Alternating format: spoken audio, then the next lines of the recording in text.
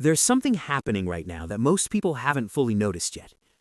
Two drivers, two countries, same basic need, energy for their car. But the experience? Completely different. In the United States, you pull into a gas station, stop your car, step out, and walk toward a machine. No one approaches you, no one assists you, no one is even expected to be there. You insert your card, grab the nozzle, and start pumping gas yourself. Fast, silent, independent. That system feels normal. It's been that way for decades. Now go to China. You pull into a station, and within seconds, someone is already walking toward your car. They guide you into position. They handle the pump. They control the process. It feels structured, coordinated, almost the opposite of what you just experienced in the US. So at first glance, the difference seems simple. Americans pump their own gas. In China, someone does it for you. But that's not the real story anymore. Because right next to those gas stations in China, something else is happening at massive scale. Cars are not lining up to fuel. They're lining up to charge. And not a few, millions. China is now the largest electric vehicle market in the world.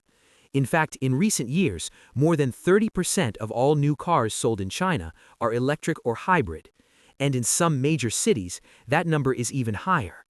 Entire taxi fleets run on electricity. Delivery vehicles are electric. Private ownership is shifting faster than anywhere else on Earth. But here's what makes this contrast powerful. China did not replace gas stations overnight. They coexist. You still see traditional fuel stations. People still use gasoline. Long-distance drivers still depend on it. But at the same time, a parallel system is expanding, fast. Charging stations, thousands of them, integrated into parking lots, highways, residential areas, shopping centers. And those stations don't work like gas stations at all.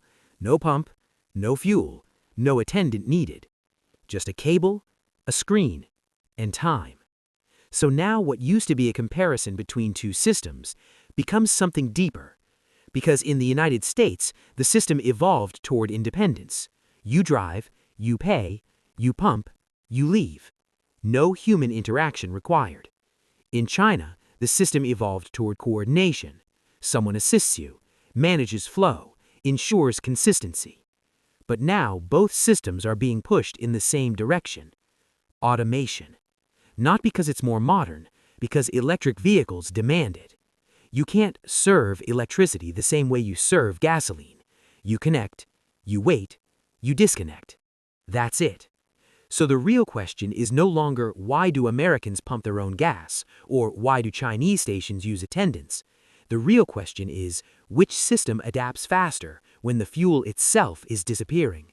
Because once you see that shift happening in real time, you realize this isn't just about gas stations anymore. It's about how entire countries respond to change. At first glance, China's gas stations feel like a step backward to many Americans. You pull in and someone immediately approaches your vehicle. They guide your position. They handle the pump. They control the flow. There is no moment where you're expected to step out and do it yourself. And if you grew up in the United States, your instinct is simple. Why hasn't this been automated? But that question assumes something that isn't entirely true. Because China is not behind in this transition. In many ways, it's moving faster, just in a different direction. To understand why attendants still exist, you have to look at how the entire system is designed. China's gas distribution is not just a private business model competing on margins. It is structured, regulated, and often dominated by large state-backed companies. That changes the objective. Instead of optimizing purely for cost reduction, the system prioritizes control, consistency, operational uniformity. When an attendant handles the fueling process, the station maintains direct oversight of every transaction. Fuel levels are monitored precisely. Procedures are standardized. Safety protocols are enforced in real time. There's very little variation from one station to another. But the deeper reason becomes clear when you look at density. Cities like Shanghai, Beijing, and Shenzhen operate under constant pressure, millions of vehicles moving through limited space. A self-service model in those conditions doesn't always increase efficiency. It can create friction. Drivers may hesitate. Positioning can become inconsistent. Flow can slow down at peak hours. With attendants, movement is directed. Cars are guided into position quickly. Pumps are managed without confusion. Turnover remains controlled. It's not about speed per individual. It's about maintaining flow across the entire system. Now here's where the story shifts and where it becomes relevant to the future. Because while this system still exists, it's no longer the whole picture. China is simultaneously building something else at enormous scale: electric charging infrastructure. And this is where the contrast with the United States becomes even more interesting. China is the largest electric vehicle market in the world. In major cities, a significant portion of new cars sold are electric or hybrid. Public transportation fleets are electrified. Ride-hailing services rely heavily on EVs. Urban commuters are transitioning faster than anywhere else in the world. And electric vehicles don't use attendants. They don't need them. You don't pump electricity. You connect the charger, confirm the session through a screen or app, and wait. No negotiation, no supervision, no manual handling of fuel. So now you have two systems operating at the same time: a traditional model with attendants managing gasoline flow, and a rapidly expanding electric model that removes human interaction entirely. That dual system reveals something critical. China didn't skip automation, it's leapfrogging it. Instead of fully transitioning from full service to self-service like the US did, it's moving directly toward a model where the entire fueling concept is changing. And that creates a different kind of efficiency. Not faster fueling, but a different kind of energy experience altogether. At this point, it's easy to think the difference comes down to a simple question: who pumps the gas? But that's not where the real difference lives. The real difference is in how each system is designed from the ground up. In the United States, gas stations operate on what can be described as parallel efficiency. Every pump is its own unit. Every driver is independent. Every transaction happens in isolation. You pull in, choose a pump, pay, fuel, and leave without depending on anyone else. Now multiply that across an entire station. 10 pumps, 10 drivers, 10 simultaneous transactions. No coordination required. No waiting for a central operator. If one pump fails, the others continue working without interruption. It's a system built for autonomy. And it works extremely well in an environment where space is available, traffic is distributed, and individual control is prioritized. Now contrast that with China. The system there operates more like controlled flow. Instead of 10 independent drivers managing 10 pumps, you have trained attendants managing the movement of multiple vehicles at once. Cars are directed into position. Fueling is initiated in sequence. Departure is coordinated. From the outside, it might look slower, but inside a high-density environment, it solves a different problem. Because efficiency is not always about how fast one person completes a task. Sometimes it's about how smoothly an entire system moves under pressure. Imagine a busy station in a major Chinese city during peak hours. Cars are arriving constantly. Space is limited. Timing matters. If every driver operated independently, small inefficiencies would compound. Misaligned parking, delayed decisions, uncertainty about payment. That creates friction. With attendants, those variables are removed. The system becomes guided rather than reactive. And that distinction matters more than it appears. Now bring the American perspective into this. In the US, independence is seen as efficiency. You control your time. You minimize interaction. You move at your own pace. In China, coordination is seen as efficiency. The system adapts to volume. Movement is optimized collectively. The process is structured. Neither approach is accidental. Each reflects a deeper design philosophy. One prioritizes individual control. The other prioritizes system-level stability. And this difference shows up beyond gas stations. It shows up in transportation systems, in retail environments, in how services are delivered at scale.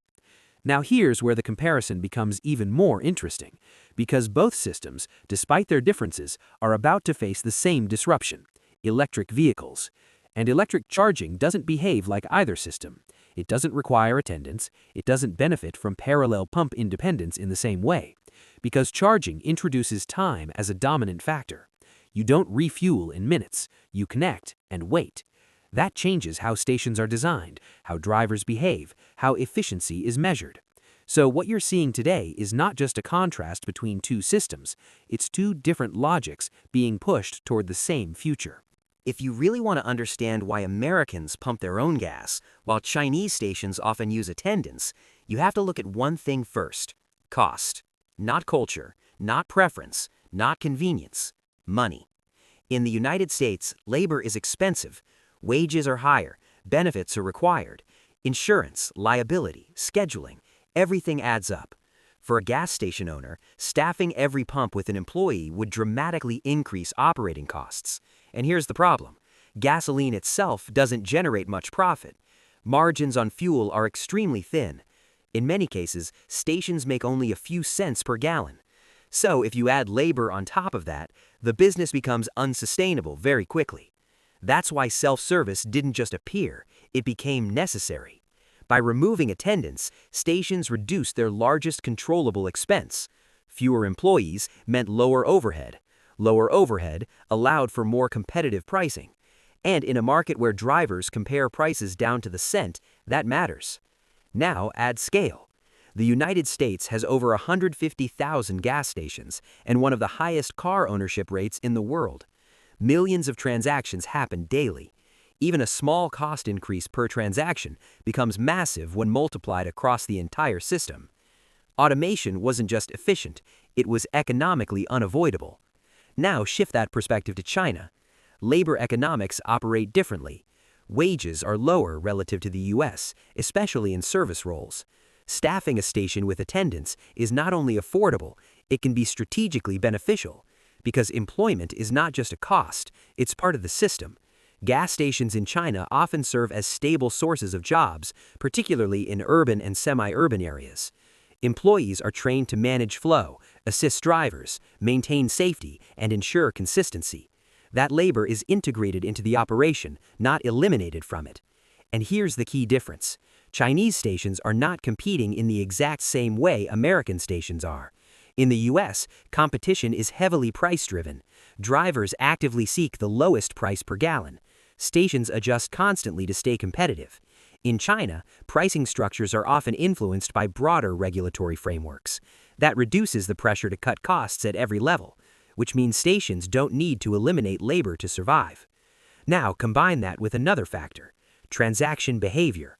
In the United States, digital payments are standard. Cards dominate. Transactions are automated. In China, digital payments are even more advanced in a different way: mobile payments, QR codes, integrated apps, and attendants can facilitate that interaction quickly, especially in high-traffic environments. So instead of removing people from the process, the system uses them to maintain speed under different conditions. Now look at both systems side by side. The US optimized for cost reduction and scalability through automation. China optimized for system stability and employment integration while transitioning toward new technology. Both decisions are logical, both decisions are efficient within their own context, and both reveal something deeper. Because when you follow the money, you start to see that what looks like a simple difference is actually the result of two completely different economic realities. Here's something that surprises even many Americans. Most gas stations in the United States are not really in the gas business, at least not in the way people assume. Because when you look at the numbers, something becomes clear very quickly. Fuel is not where the money is made. Margins on gasoline are extremely thin. In many cases, stations earn just a few cents per gallon sold. After accounting for transportation, taxes, and operational costs, what's left is minimal. So why does the system work? Because gasoline is not the product, it's the trigger. Think about what happens every time you stop to fuel your car. You step out, you stand there for a few minutes, you wait. And during that time, something else becomes visible. The store. Bright lights, coffee machines, shelves full of snacks, drinks, and convenience items. That's where the real business happens. Inside the store, profit margins are significantly higher. Coffee can generate massive returns. Packaged snacks are marked up. Drinks, cigarettes, quick meals, everything inside is designed for impulse buying. And the entire station is built to increase the chances that you walk in. That's why many American gas stations are designed with large convenience stores attached. It's not accidental, it's strategic. The fueling process creates a moment of idle time, and that time is monetized. Now think about how this connects to self-service. If you remove attendants, you reduce labor costs. If drivers handle fueling themselves, employees can focus on the store. Fewer workers at the pumps, more attention on retail. That's the model. Fuel gets you there. The store makes the profit. Now let's compare that to China. The model is evolving, but it's structured differently. In many Chinese stations, the primary focus has traditionally remained on the fueling process itself, controlled, efficient, and consistent. Convenience retail exists, but it has not historically been the dominant profit driver in the same way as in the United States. However, that's changing. Modern stations in China are beginning to integrate retail spaces, digital payment systems, logistics services, package pickup points. The station is becoming a multi-purpose service hub. But here's the key distinction. In the US, the business model evolved from fuel to retail. In China, it's evolving from infrastructure to ecosystem. That means the station is not just trying to sell products, it's trying to integrate into a broader network of services tied to daily life. And when you add electric vehicles into that equation, everything shifts again. Charging takes longer than fueling. Instead of a 2-minute stop, drivers may spend 20 or 30 minutes in one place. That changes behavior. People are more likely to sit, rest, shop, or use nearby services, which means the physical design of stations starts to change. Less about pumps, more about space, more about experience. So when you look at a gas station in the United States, you're not just looking at a place to get fuel, you're looking at a retail system built around movement. And when you look at China, you're starting to see something else emerging, a system that may go beyond gas entirely. If there's one moment that consistently surprises Americans when they experience China for the first time, it's not the gas station itself, it's the way you pay. In the United States, the process is familiar. You arrive at a pump, insert your credit or debit card, wait a few seconds for authorization, and start fueling. It's fast, reliable, and widely understood. That system has been refined for decades. Cards dominate. Transactions are standardized. Receipts are printed instantly. It works. But when Americans encounter the Chinese system, something feels different. Not slower, not more complicated, just more integrated. In China, payments are often handled through mobile platforms rather than physical cards. QR codes are everywhere. You scan, confirm, done. No need to carry a wallet, no need to insert anything into a machine. And here's the part that stands out. That same payment method is used everywhere. Gas stations, restaurants, public transportation, street vendors. Everything connects to a single ecosystem. Apps like WeChat Pay and Alipay are not just payment tools, they are infrastructure. They store your identity, your balance, your transaction history, and your access to services. So when a driver pulls into a Chinese station, the payment process is not just a transaction, it's part of a larger digital environment. Now combine that with attendants. Instead of the driver interacting directly with the machine, the attendant can initiate or assist the process. They scan, they confirm, they move on to the next vehicle. In high traffic conditions, this can actually speed things up. Not because the system is automated in the same way as the US, but because the interaction is streamlined through familiarity. There's no hesitation, no searching for cards, no uncertainty about the interface. Everything is already integrated into daily behavior. Now here's where it becomes interesting from an American perspective. In the US, digital payments exist, Apple Pay, Google Pay, mobile apps, but they are layered on top of an existing card-based system. They're optional. In China, mobile payments are the default, and that changes how infrastructure evolves. Gas stations don't need to rely on card readers in the same way they do in the US. They don't need complex payment terminals at every pump. The system can operate through centralized digital flows instead. And this matters when you consider the transition to electric vehicles. Charging stations often rely heavily on app-based activation. You don't insert a card, you don't interact with a traditional terminal. You scan a code, unlock the charger, and begin the session. That model aligns perfectly with Chinese existing payment behavior. So while the US perfected card-based self-service over decades, China built a system where payment is already detached from physical hardware. And that gives it a different kind of flexibility. Because when the interface changes, from pump to charger, the underlying system doesn't need to be reinvented. It's already there.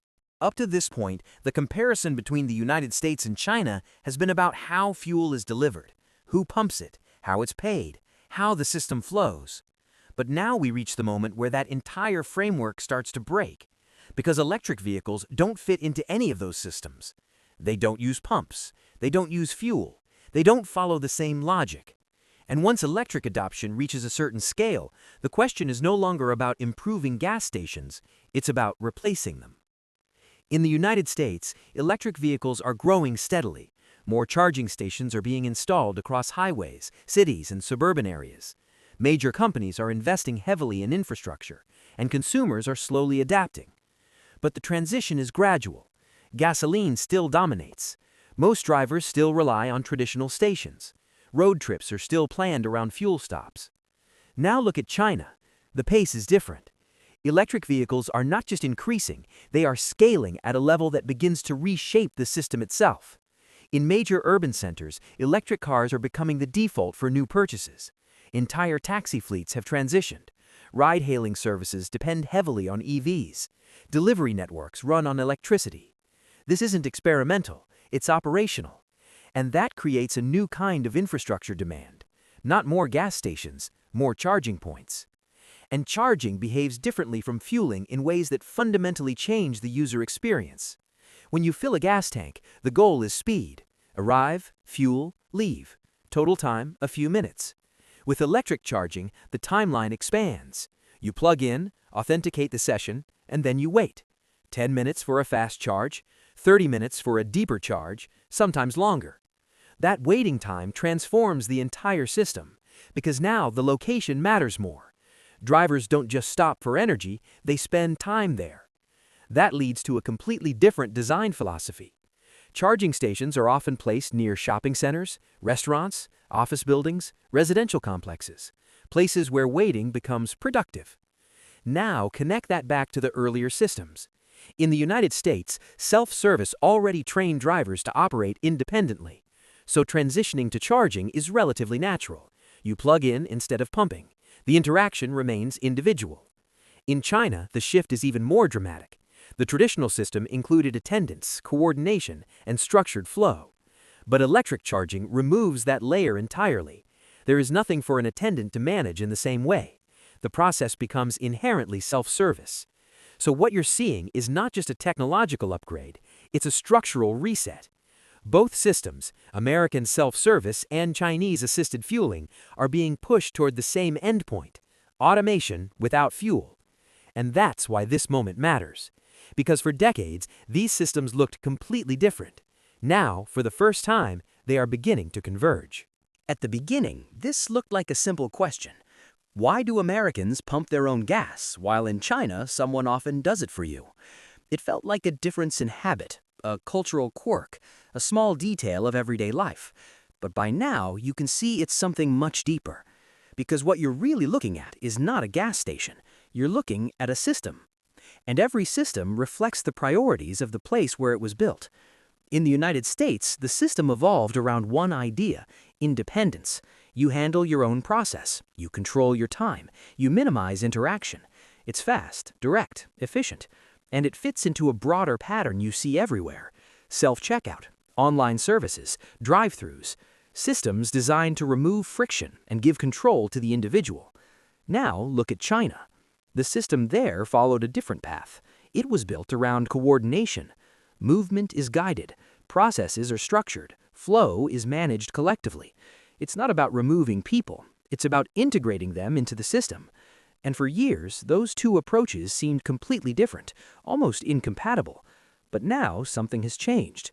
Electric vehicles have entered the equation, and suddenly both systems are facing the same reality. Fuel is no longer the center, energy is. And energy behaves differently.